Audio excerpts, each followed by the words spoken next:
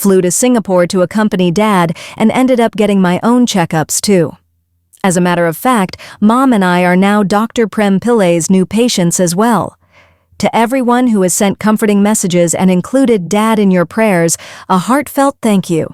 Dad is already showing signs of improvement after yesterday's spine procedure, and the antibiotics are helping. Thank you, Lord. As we await for more test results from his urologist, Dr. Sam Pei, please continue to pray for Dad's complete healing so we can all be together in Manila for Christmas. Dr. Pillai assured my parents with a smile, "We'll make sure you live until you're 100 or more." A gentle reminder for everyone. Health is wealth.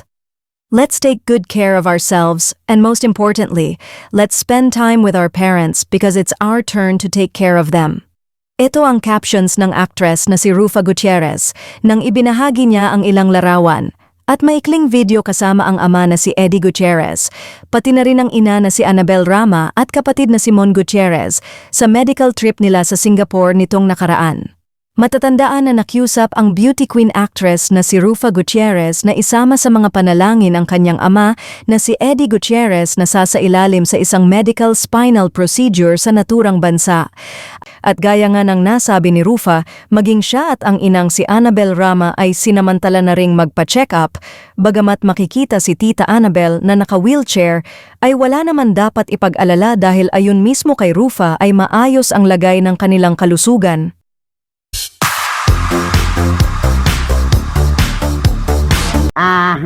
Kami po ay umuusal ng panalangin para sa maagap na recovery ni Tito Eddie Gutierrez na nasa Singapore po ngayon, at siya po ay sasailalim sa spinal procedure. Ito din siguro yung pinagawa ni Maricel Soriano, yung di ba yung yung discoplasty, discoplasty, opo. Alam niyo po, maagang gagaling si Tito Eddie dahil nandun ang suporta ng buong pamilya. Yes. Hindi nababayaan. Sa ngayon po, sasailalim pa lamang kasi chine-check pa ang mga vital signs, lahat. Medical muna yan, di ba? Preparasyon sa kanyang operasyon. Pero kayang-kaya ni Tito Eddie ito. Talagang, si Tita Annabel Rama pa, di ba? Si Rufa, si Raymond, si Richard. Andun sila, oo. Oo. Talagang sila, talagang one for all for one. Sa Mount Elizabeth Hospital sila, naku, ang madugil doon, di ba?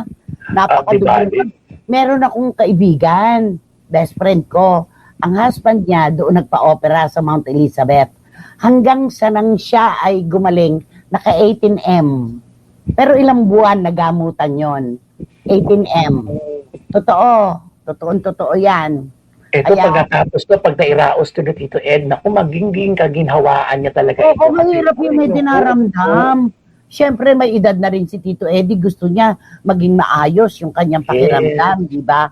Kaya tayo po ay nagbibigay ng taimtim na panalangin para maging maagap ang recovery talaga ni Tito Eddie Gutierrez. Eto din, ang dami rin ang dami rin sabi nga ni Miss Nags ng Belgium,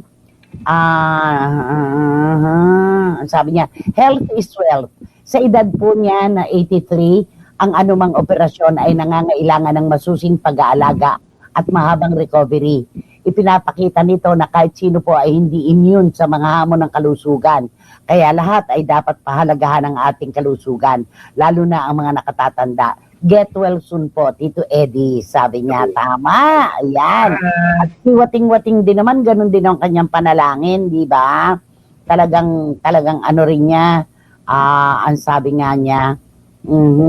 Basta, gusto niya maging safe si Tito Eddie Gutierrez. Dahil ang sakit, mas kinakaya dahil solid ang family support. Yan po ang tunay na healing power. Get well soon. Get better, Tito Eddie. Siyempre si Wating-Wating, ang trabaho niya sa ospital, di ba? Alam niya yan. Totoo yan. Tita Nene, maraming salamat po. Totoo yan. At saka lagi natin ay sinasabi, di ba, kapag marami ang nananalangin, mas mabilis tayong pinakikinggan. Totoo yan. Oo. Sama-samang panalangin, mas mabilis na nakararating sa langit. Yon. Correct. At naging mabuti sa atin si Tito Eddie, lagi-lagi ang pamilya, di ba? Kaya hangad po namin ang maaga ninyong paggaling. Ayan.